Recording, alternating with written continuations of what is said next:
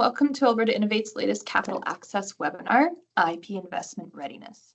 My name is Karen Garth. I am a Communications Manager here at Alberta Innovates, and I'd like to start things off today with a quick land acknowledgement. We acknowledge the many First Nation, Métis, and Inuit who have lived in and cared for these lands for generations. We are grateful for the traditional knowledge keepers and elders who are still with us today and those who have gone before us. Alberta Innovates respectfully acknowledges that we are situated on traditional territory of the Treaty 6, Treaty 7, and Treaty 8 First Nations, home to Métis settlements, the Métis Nation of Alberta, comprising Districts 5 and 6 in Calgary, 8 in Devon, 9 and 10 in Edmonton, and District 12 in Vegreville, within the historic Northwest Métis Nation homeland. We respect the histories, languages, and cultures of First Nations, Métis, and Inuit, whose presence continues to enrich our vibrant community. Before I hand things over to Io, we'll be hosting today's session. I'd just like to take care of a few housekeeping items. Today's session will consist of a presentation followed by time for questions at the end. Feel free to use the Q&A function to ask questions throughout the presentation. We'll work to get through as many as we can, and we will likely stay on until about noon if there are any other questions, depending on how many we have.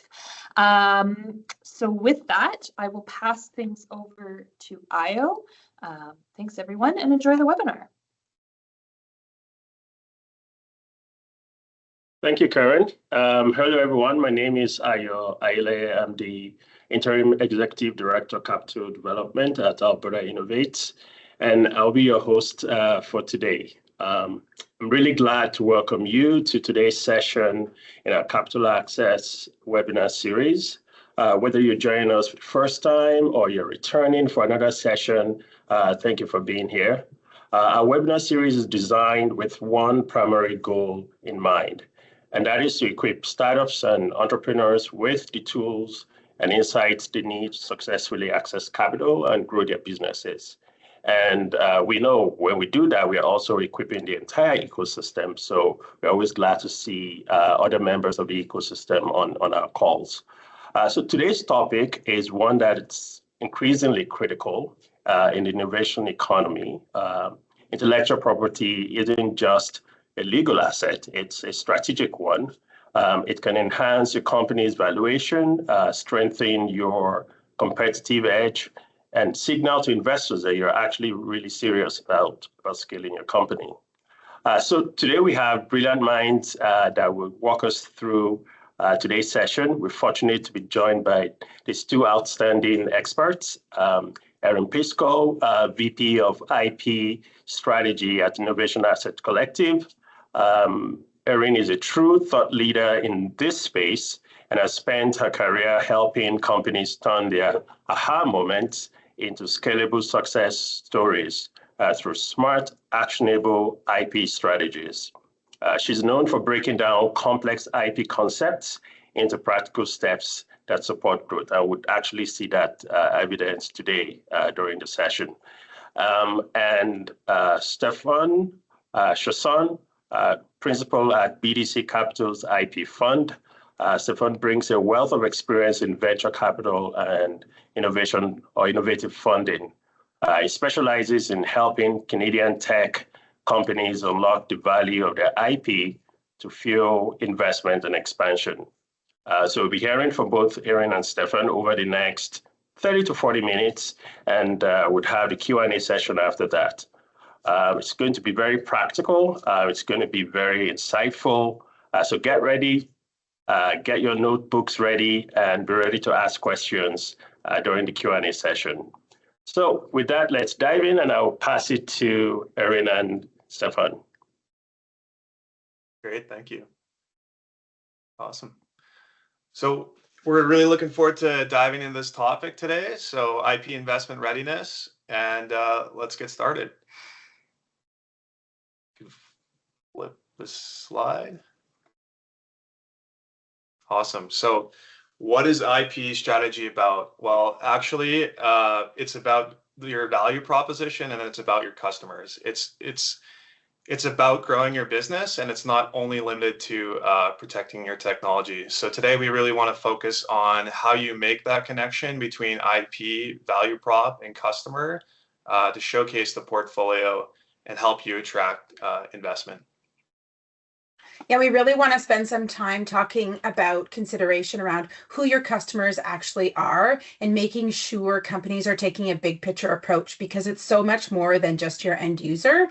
And for the purpose of today's discussion, your investor is actually your customer for this particular topic. So we encourage you to take that mindset and make sure you're considering who your customers are from a broad perspective. Next slide. So I wanted to start by really level setting on what it means to have an IP strategy and how you go about scaling.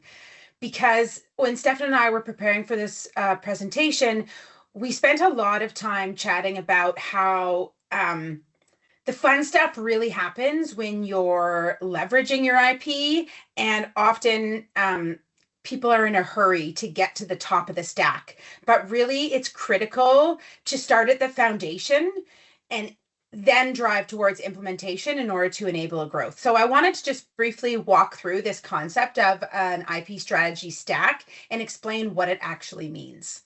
So at the base of the stack is this concept of identification. And while this might sound like something that's obvious, it's really important to not first start with identifying IP, despite the fact it's called an IP strategy stack, but to really start uncovering what is driving the business value and what sets your technology or your services apart from everybody else.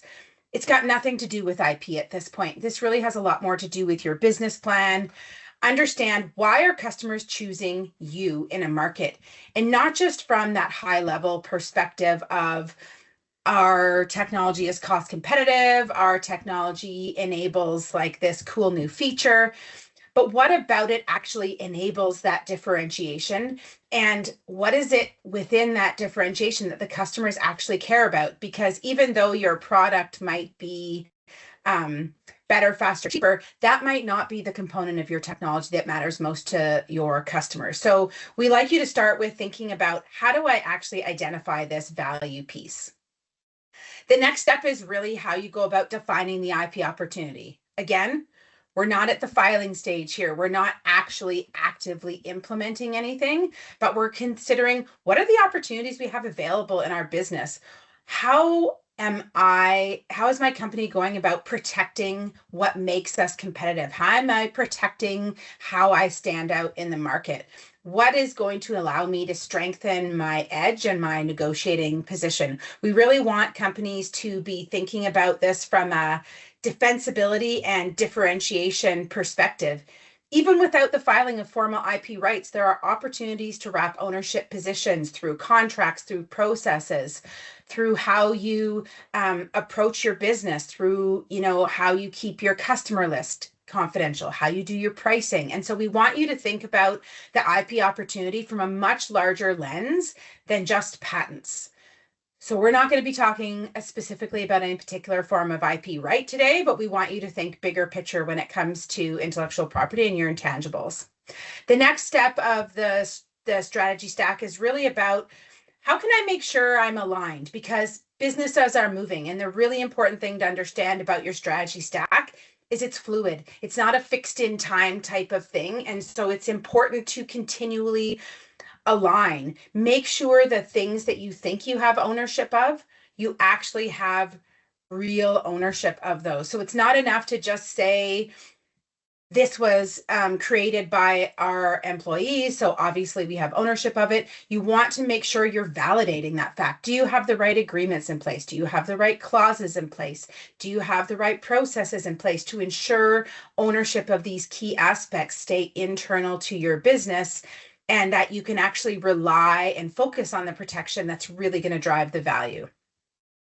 Then you get to, how do you actually leverage the IP you're building and making it work for you as a business asset? We want you to think about the processes you need in place, how you can leverage these, not just for the ability to scale your company, but to trading cards, how you leverage it to create your own freedom to operate, which we're going to talk about shortly. So it's important to think about IP not as a legal tool, not as a patent, not as a piece of paper on the wall, but it's the strategic business asset. It's a trading card. It's something that can give you a seat at the table in negotiations and something you have to offer. And as Stefan's going to talk about in a little bit, really get a perspective of why investors care. So when we were prepping, we spent some time talking about a little story, and I wanted to share this. Now, some of you on this call may remember back in time before movies were all digital and we watched them on our computer. You often had to go to a store and you had things you had to rent. You had tapes. And there was a huge competition back in the 80s between two competing technologies. There was VHS technology and Betamax technology. And what was really interesting, if you look at the strategy stack, Betamax back in the day really perceived their value in the technical superiority of their technology. It was really well known to give better picture quality, precision, and the format that it could be delivered in. And so they really focused their attention on the hardware excellence. But what they missed was what their customers cared about. They didn't just care about superior format and the picture quality, but they cared about having an accessible system. They cared about being able to have some convenience factors and be able to have the ability to shop around, have opportunity to use lots of different technologies to display these movies, to sit down and watch them. And so while Betamax was driving at creating this proprietary closed system that they controlled, their competitor was looking to create an open environment that made technology much more accessible. And so they really missed the mark. And while they created an ownership position around these proprietary systems, they didn't factor in this supply chain, how it's great that they have this superior technology to deliver the ability to watch movies. But if the technology isn't moving with the devices that actually need to play these movies in the same direction, then it's not going to matter how great your technology is. There's no way for customers to actually use it. So they failed to approach the market from that perspective. They didn't enable wild scale use of their technology. They didn't approach it from a licensing perspective. And instead they treated IP as a bit of a barrier to entry. So they didn't actually use their strategic lever. And so anyone who remembers back in the day, they quickly fizzled out and the VHS technology took over the market. So it's really important to make sure you're starting at the bottom and you really think about your customers in that early stage as part of your strategy. It's not just about the intellectual property assets that you have. Next slide, please. So when you're thinking about that strategy stack, you need to understand, where does my business actually fit in a value chain? Because you're usually just part of a larger system. And so I have a couple examples out here, but when we think about a value chain, it's really about all the economic activities that exist along the path. So if you think about a product manufacturing value chain, maybe you're in a battery space, you know, there's that raw material component. How do you access the various components that you need to create your product? How do you actually get those components into your factory, into your business to start being able to create the product manufacturing side of things, and you start building your product? Then it goes to market. But then there's this servicing and recycling side of things. So you want to understand, where does your business actually fit in this value chain?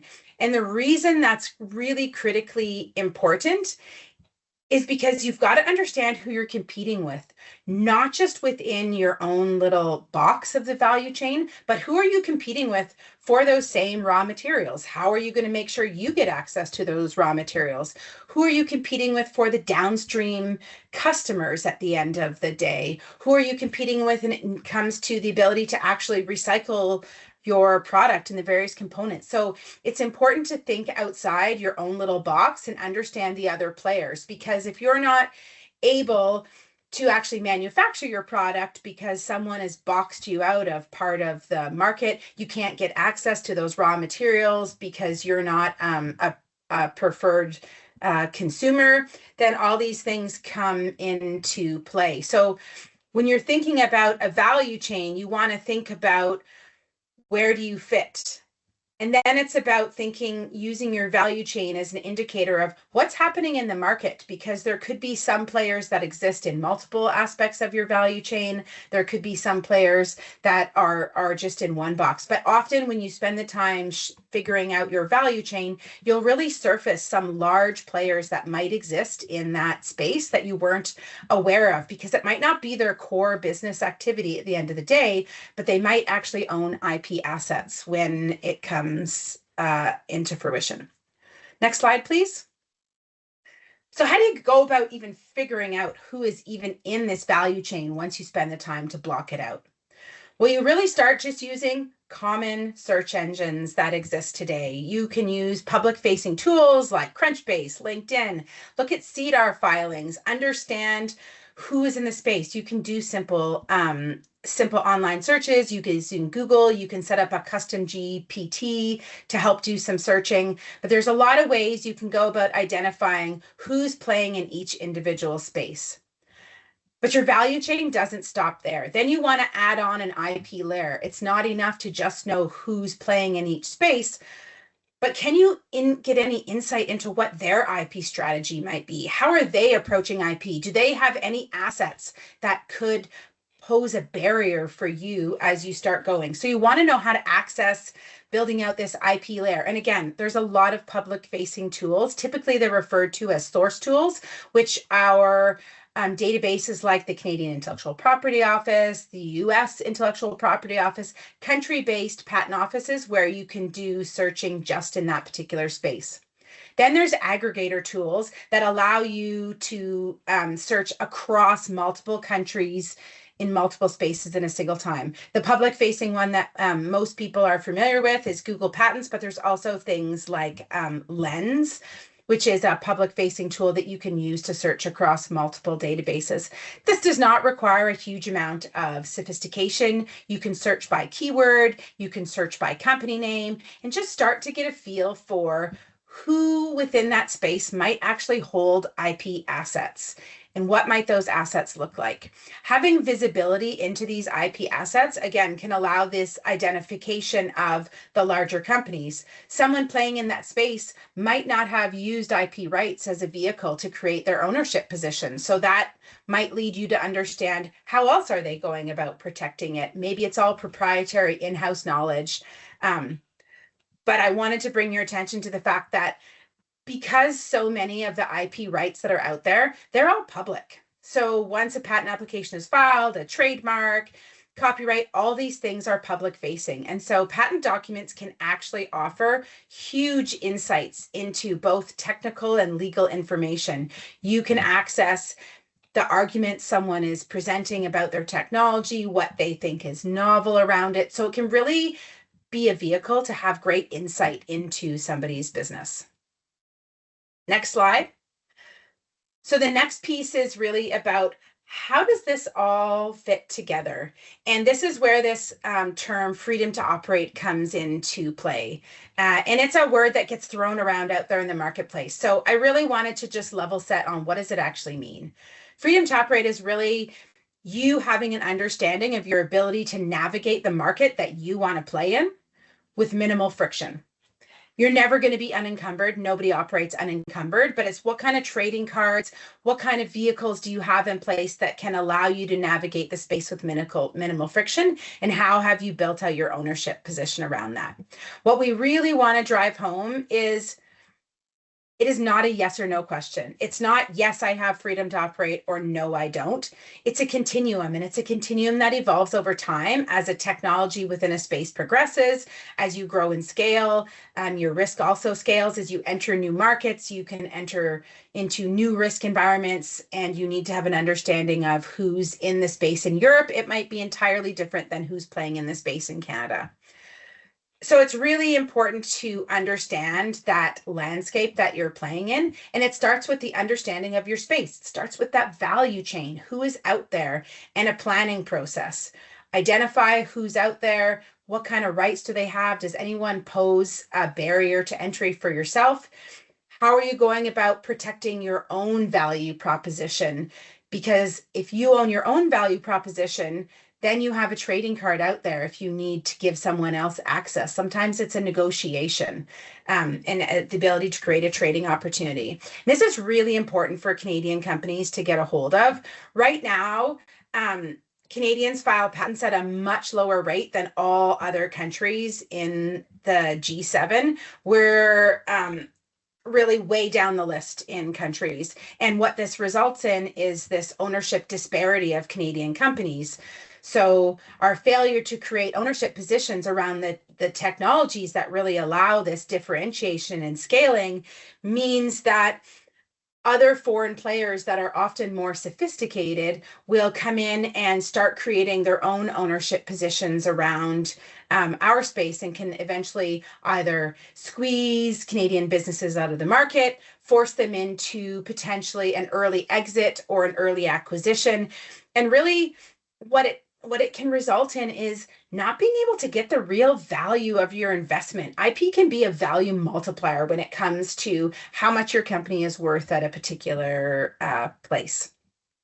And no sector is immune to this. Lots of people, and I spent a lot of time in my career working in Canadian oil and gas, and dealt with a lot of people who felt that, well, we own our land, we own our space, we'll do whatever we want. And it simply doesn't work that way. Canadian oil and gas companies are not immune to patent litigation. And there's been at least 6 large Canadian oil and gas companies that were defendants recently in the last 5 years in large US style patent litigation. So it's important to have awareness of this piece.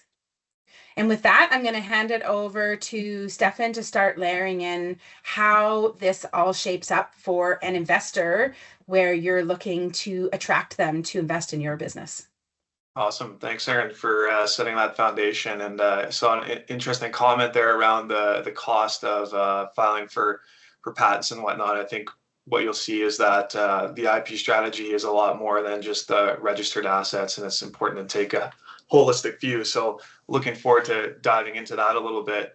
I'll just start with this, which is a little bit of hyperbole, I guess you could say, but this is something that sort of came across on a social media channel. I love those history photograph channels, so to speak, and it just made me chuckle because this is often how technology is presented. So this was a patented technology from 1881, some form of mobility machine. So it's marketed as the mobility machine of the future based on proprietary patented technology. And obviously this didn't go anywhere, and there's a laundry list of technology that kind of falls into this category as well. But typically what happens when a company is pitching an investor is we'll get a discussion around, here's the market traction, here's our distribution channels, and usually there's a slide around technology or whatnot, and then there'll be a list of something like a bullet point that says, we've got like 4 granted patents and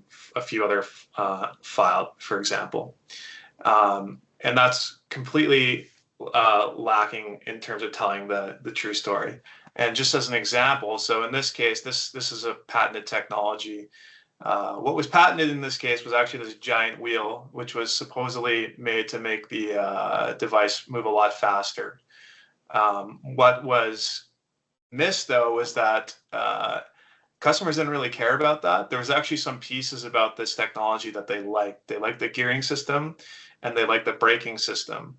But when you sort of dived into the IP a little bit more, you realized that there was a complete mismatch between where the IP was actually registered and how customers were, what they liked about the product. The other piece is that founders will often tell you the 0 to 1 story, where they'll say, before us, like everyone was just walking on their 2 feet or riding a horse or something like that. And now we have this amazing technology. So we're at the 1, right? What they fail to do is then map it against the other players in the industry. So there's cars coming to market. There's other forms of bicycles coming to market, for example. How do you stand relative to those? And that's sort of the real important story to understand. It's actually better to be transparent around, hey, here are the things that we're good at, and here are the things that our customers are actually better than us at. But here's why we think we're going to win the market because we have a really deep understanding of what drives customer value, and we're building our IP around it. And we also have a good view of freedom to operate. So we'll circle back to this a little bit, but the interesting thing about this example is, if you ask the question, does this company have IP? The answer is yes. Do they have an IP strategy? The answer is no. Do they have good IP habits? The answer is also no. So I'll flip it back to Erin. If you could go to the next slide, just to talk a bit about what can happen when you don't have strong IP habits. Yeah, I think this is a really important point to get across. Next slide, please. It's really this concept of what Stefan said is, yes, this company held IP, but they didn't have any really strong IP habits. We can surmise that having a limited focus on IP strategy left them unclear about who else was in the market and what their customers really cared about. So their innovations were vulnerable in the sense that they didn't protect the right things that were actually going to allow them to compete and win in the market. And although they did create an ownership position around their IP, it wasn't about the clear pieces that were going to drive value at the end of the day. And so we want companies to think about how they can own what really drives that value proposition, not how they own their technology as a whole. It's not about thinking about that, if you go back to the picture of the bike, owning the bike as the whole and owning the wheel, but thinking about what do the customers care about and how can we make sure we're developing a strong IP ownership position around that value that's going to drive growth.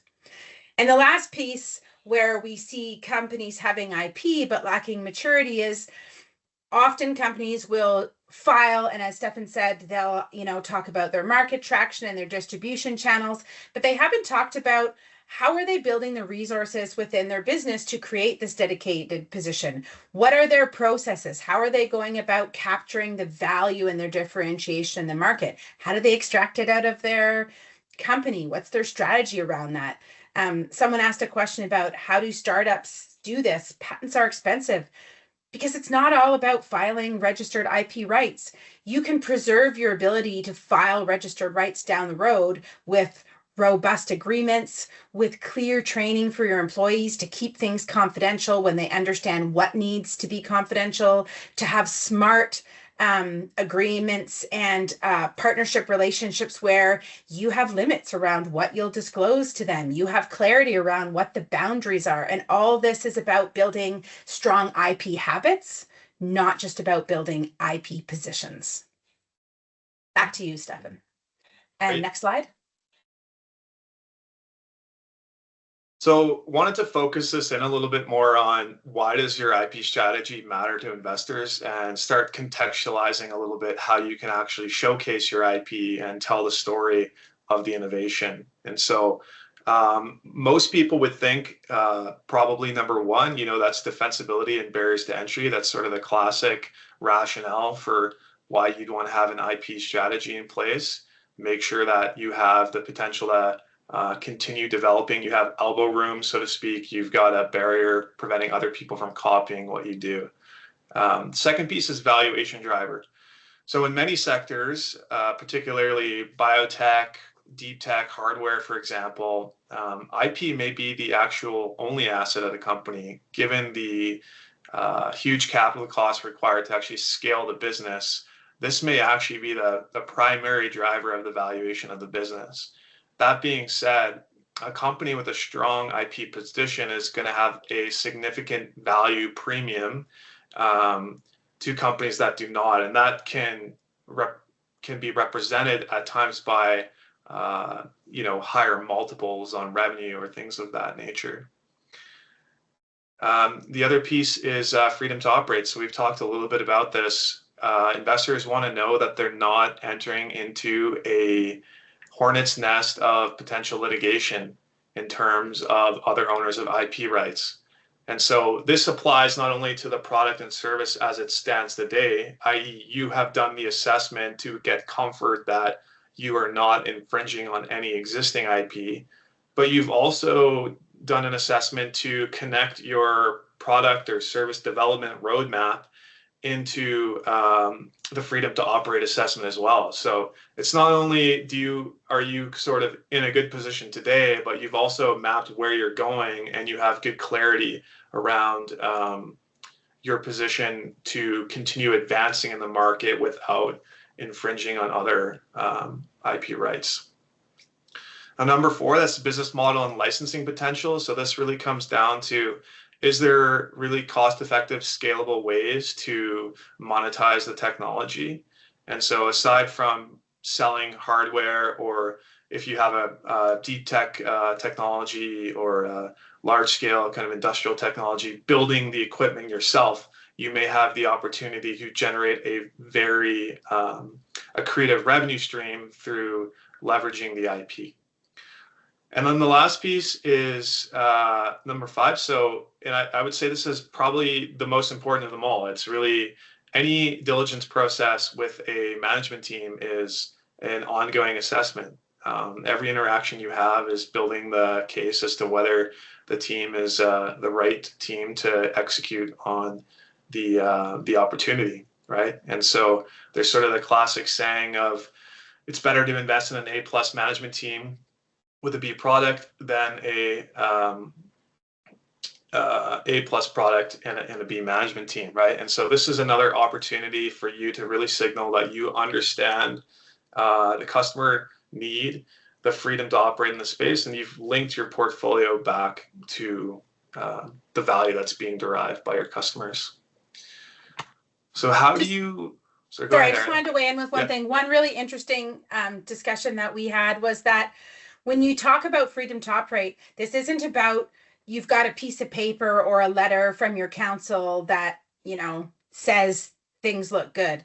It's bigger than that. It's about your process. Like Stefan said, how are you monitoring? How are you mapping your future growth? How are you ensuring you're continually protecting where you're going so you keep building out these trading cards? So we want you to think about freedom to operate isn't a legal step and something that just happens with a service provider and then it's done, but it's this ongoing process in terms of how you approach building ownership positions around your key value. I just wanted to throw that in there.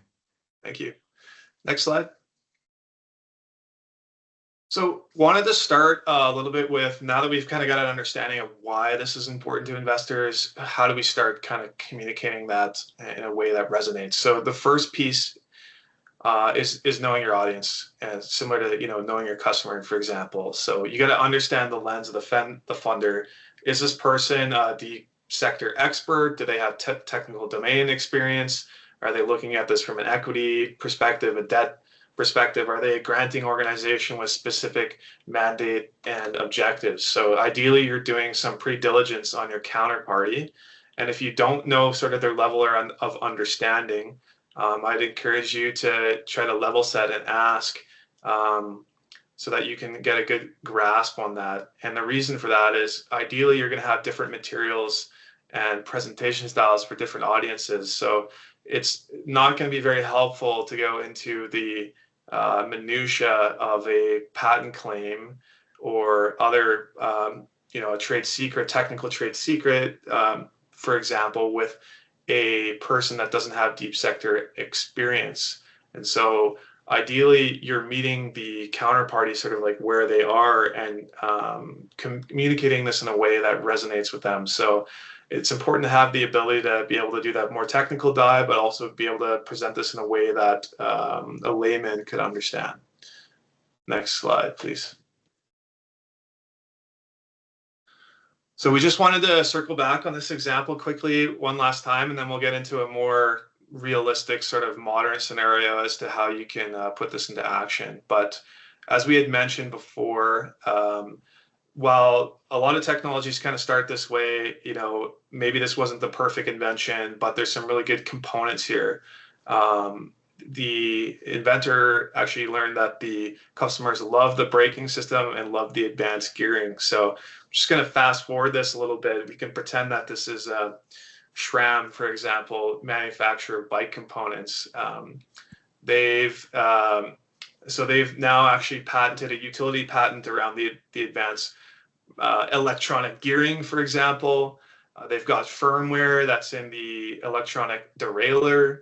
They've also got a set of proprietary data that's putting in automatic shifting when grades get too steep for people to pedal, right? Like these are sort of the layers that you could have, some of them being patent-based, some of them not being patent-based, to actually reinforce the value proposition that the customer is experiencing. So we'll go to the next slide, please.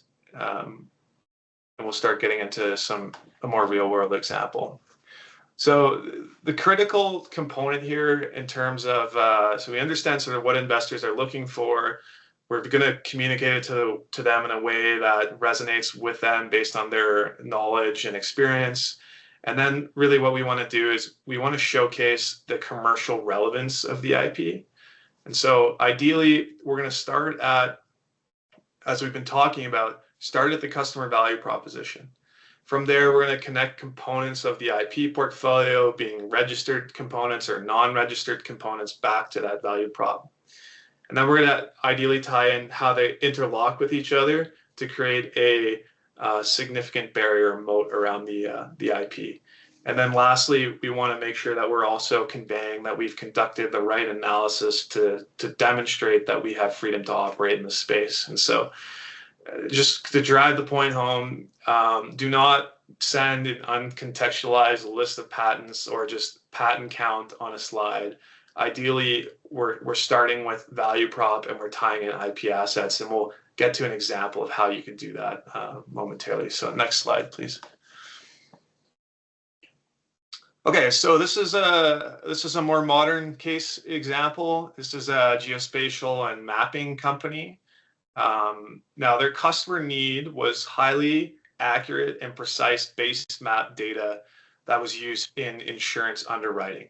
Okay, and they have a technology stack and an IP stack that they're using to deliver this value. So on the technology side, they've built their own proprietary sensor. It was built in partnership with DARPA. It's got export control, cutting edge technology. They also use third-party technologies like LiDAR to collect information.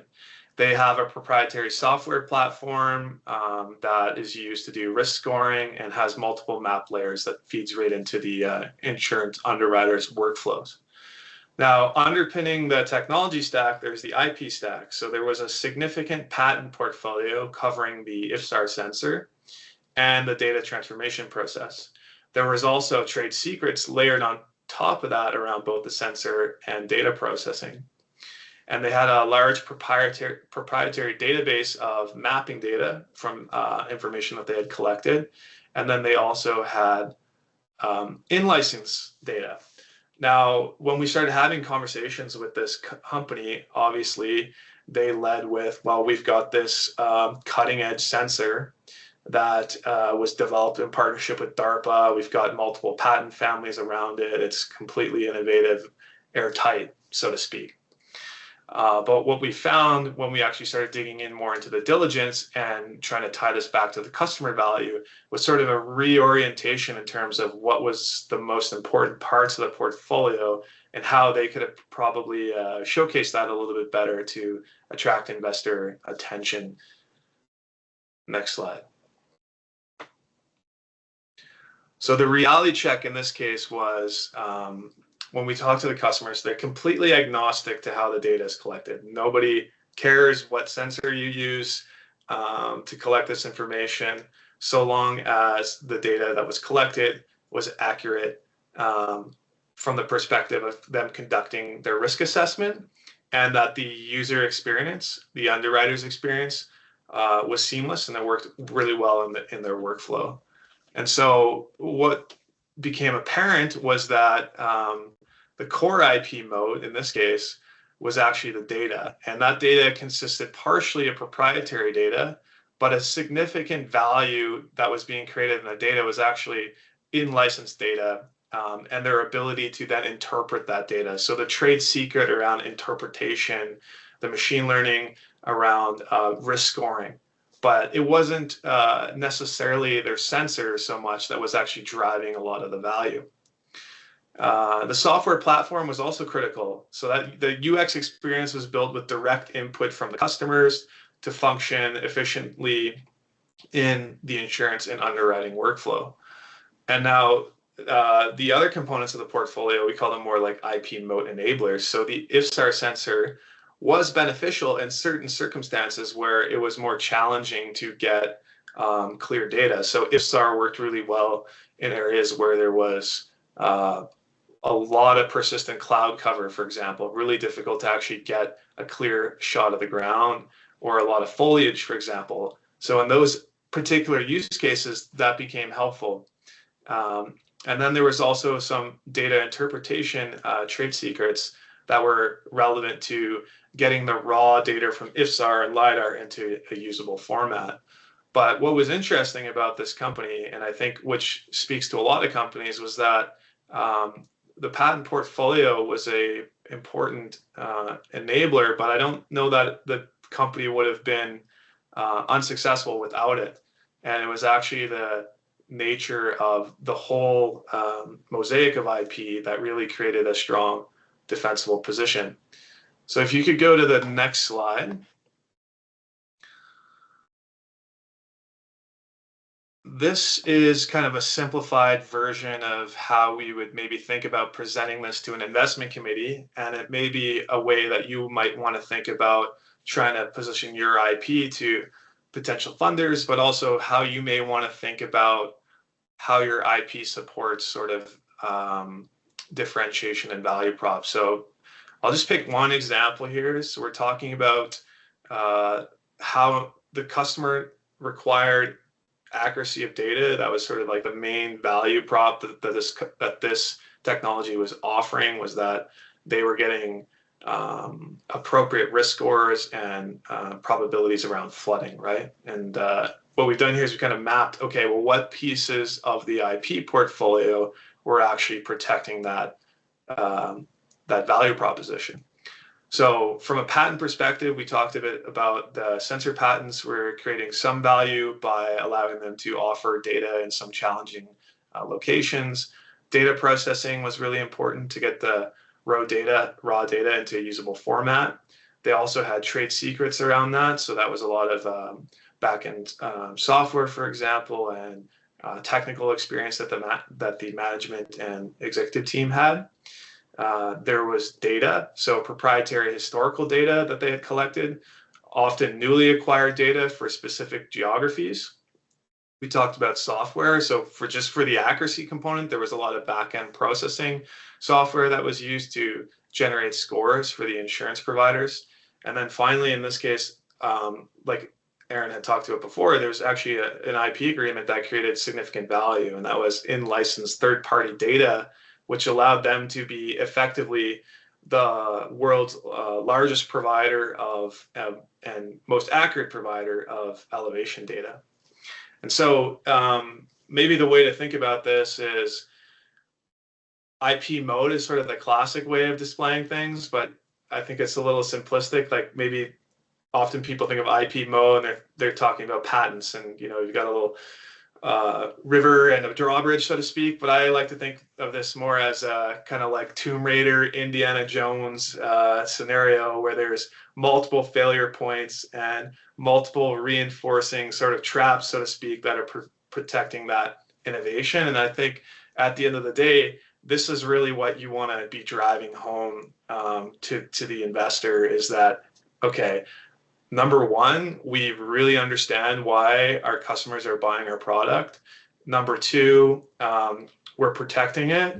And we're not only protecting it with one asset, but we've actually created this interlocking layer of multiple pieces of IP that are creating just a really robust protection. So we'll just I just want to weigh in. I think one of those things that's really important, because you have this interlocking layer, by considering this customer value prop early on in your journey and really thinking about the why they're going to come to you, can help inform your IP strategy and can really help you invest your dollars in the highest and best use. In this case, they might have been able to file fewer patents in strategic areas. They might have been able to really understand if the critical component was enabling data collection in these particular environments, they could have structured protection less about the sensor itself and the components of the sensor that enable that.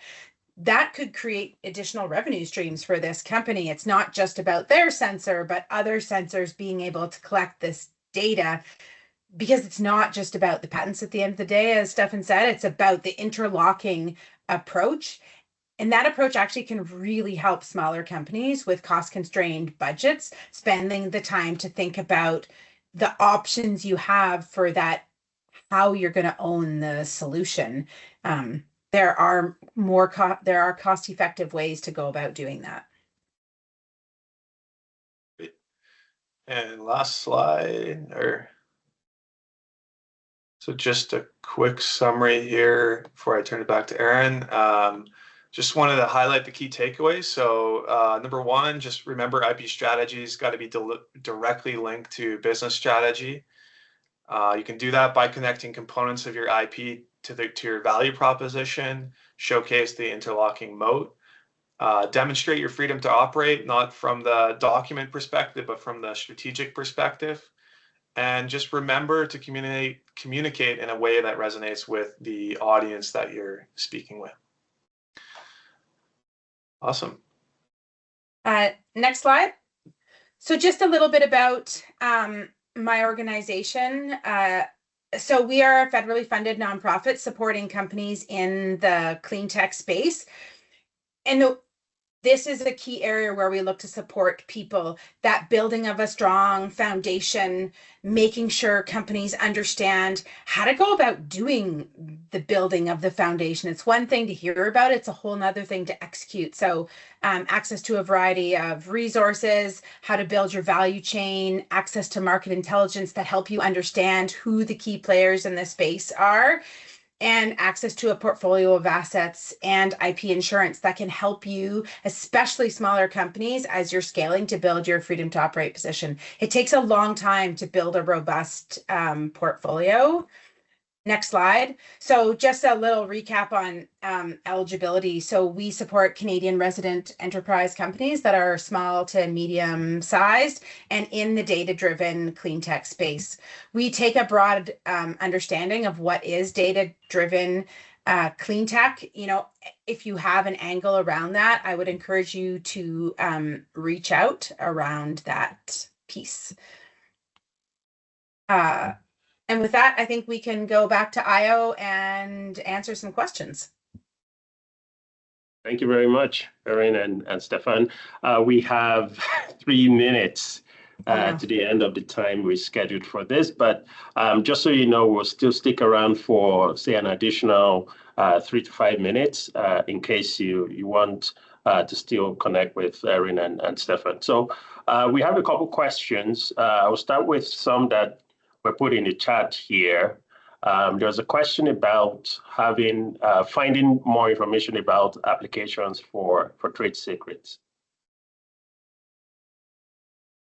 Yeah, so typically you're not actually filing a trade secret, so that's something that's more maintained internally within the organization. What you want to think about with trade secrets is more having a strategy around how that is managed internally. And so typically what I think about there is you want to make sure that the information is sort of segregated in a way that it's on a need-to-know basis. Only the relevant people are getting access to it. Ideally, you've trained your staff on what trade secrets are so that they understand the importance of keeping that information internally, and also they're able to identify sort of what's important and what's not important. But the other piece is, you know, often people think that, hey, trade secret, we should just kind of keep this in our brains and not document it anywhere. And I find that that's actually not the best practice. It's important to have trade secrets documented. It's important to have a sort of like internal controls around how you manage them, but it's not something that you're actually registering, right? Okay. Yeah, great point. It is just something that you want to have document control information about. Trade secrets are typically information that an entire company wouldn't have access to, so that you can demonstrate information controls, what that looks like. And I think the most important thing, as Stefan said, is making sure people understand what you consider your trade secrets are. You don't have to disclose what they are in detail to make sure your team of people understand the value you consider those drive for your company, and bring it out into the mainstream discussion of the business. Trade secrets can't be something that, you know, only 3 or 4 people in the company know that you have trade secrets. They might be the ones who know the details, but your team as a whole needs to understand the value that information provides to a company. Right. Yeah, and I just wanted to highlight quickly too that trade secrets are often, like, there's a bias toward patent, but a trade secret, it can often be a better strategy, right? Because in order for you to enforce any rights around the patent, you have to be able to prove that that person is actually infringing. And if that's not possible, then why would you disclose publicly sort of your innovation, right? And so think about when it might actually be better to just keep this internally. Don't let it out there in the world, and that might be a better strategy. Thank you. So there is, I saw a couple questions about cost, and I think it's not just cost. It's linked to another question here about affordability, especially for early stage companies, pre-revenue companies looking to protect their intellectual property.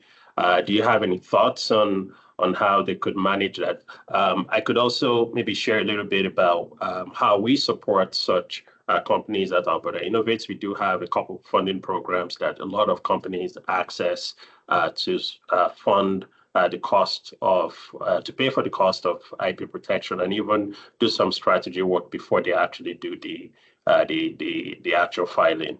And I'm sure there's so many other similar opportunities out there that companies could access. Yeah, I mean, there's a lot of funding programs that are available out there, but I would say the best technique you can have for making sure you're spending dollars on the right things is actually having that strategy and understanding the customer value prop, and making sure that's something you revisit on a regular basis as you're developing a product. And, you know, there are failures. Sometimes you learn something was important that you didn't understand, and vice versa. And so making sure you're doing that upfront planning.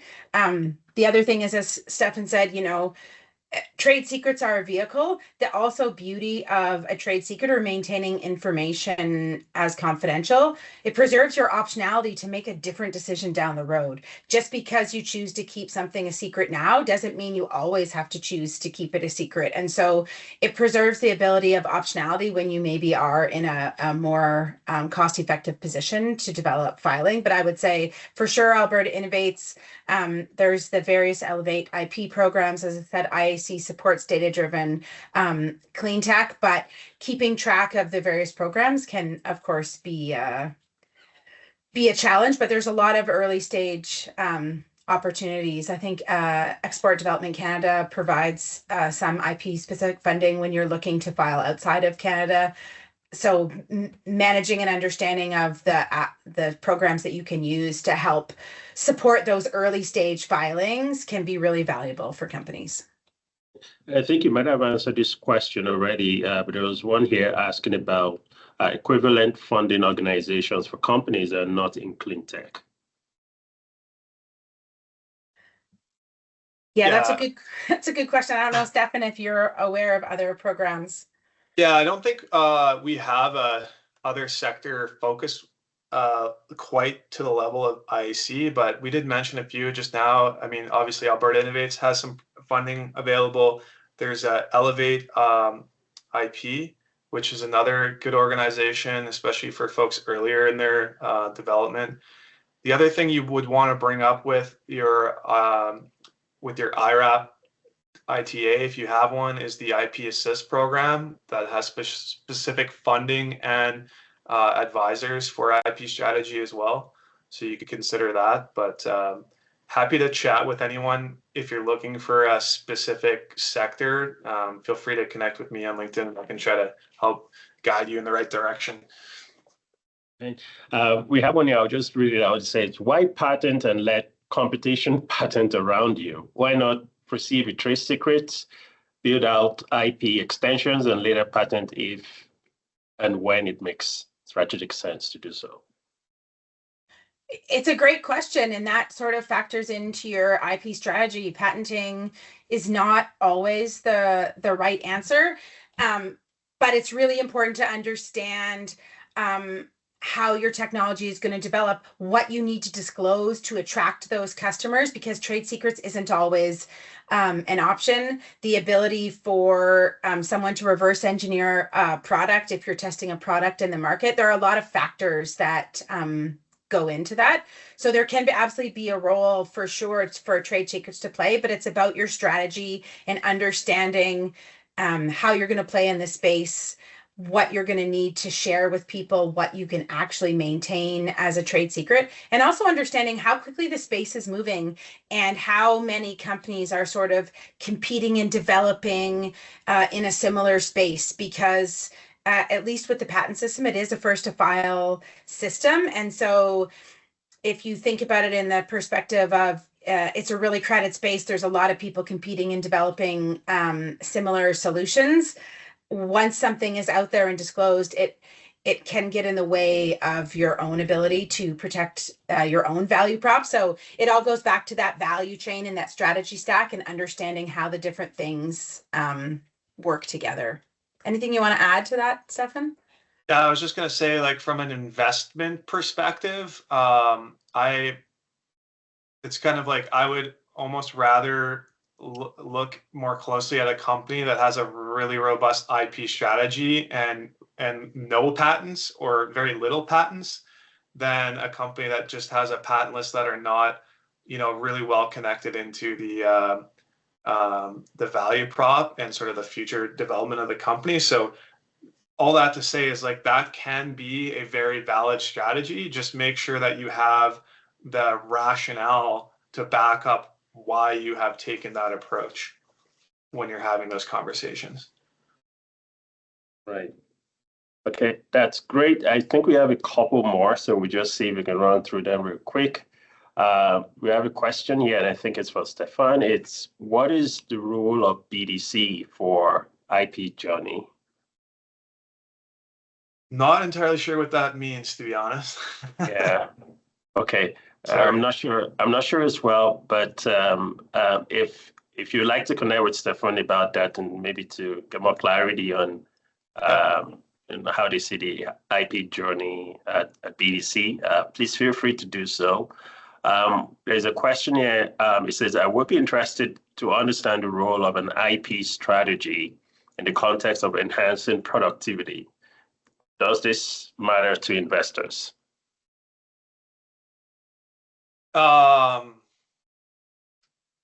Is that like labor productivity, you mean? That's a bit of a nuanced question, I guess. Yeah, well, I guess maybe like productivity within the organization. Yeah, I haven't really seen IP sort of tied necessarily to the productivity of the organization per se, but where it may come into play is sort of like the productivity from an output perspective of employees. So if, for example, you're able to charge a premium price for your product, then sort of the revenue per employee can be pretty high, i.e. the employee is more productive, producing more output, producing more revenue. That can certainly play a big role. And so you see that a lot in particular in companies that are software based, where if they really have a truly differentiated software, they're able to charge a significant premium and a significant margin on that, which allows them to garner a lot of revenue with a small employee base. So if that's sort of the context of the question, then yes. And I think it's about understanding that productivity role. If a software platform really does enable enhanced productivity and that's attractive to the end customer, then that's part of your value prop. And it's about understanding how can you go about wrapping some degree of ownership around those pieces of the puzzle. So it's about a little bit around how that ties into the value prop, and I think attracting customers as well. Right. We still have a few more questions. Maybe we'll take just one more, and then we can sort of wrap up. So investors are now starting to place value on IP in tech companies. Is there the same value on trade secrets as they do not sign NDAs?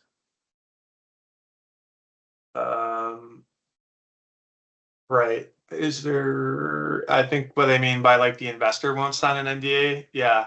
So that's often true. However, I don't think you need an NDA to convey the value of your trade secrets. You can convey sort of the importance of your trade secrets without actually disclosing how to do the innovation, for example. And so that's really what you should be focusing on, keeping it high enough level that the investor can understand how the trade secret impacts the customer value, but you don't have to disclose like so much that it would be possible for them to then replicate or something like that, for example. So, and just to be clear, like trade secrets are IP. It's not a separate piece, right? It's just an unregistered form of IP. And I would say the more sophisticated the investor, the more they're going to be looking holistically at the IP portfolio, not just at the patents. And so that's really the key message here is don't tell investors that you have 6 patents and leave them to read the claims. Tell them why your customers use the product, and then map all of the pieces of the IP against that value proposition to really demonstrate the protection, but also your sophistication as a management team. Right. Well, that's all the time we have today. If you have more questions, I think it would be great to connect with Stefan and Erin. But special thanks to both of you for the insightful presentation. Karen as well for all the support in putting this together, and for the teams at BDC and IAC. And to everyone, all of you for joining today. I hope this was valuable, and see you soon the next webinar or whenever we meet in somewhere in the ecosystem, as that happens all the time. And enjoy the rest of your day. Thank you.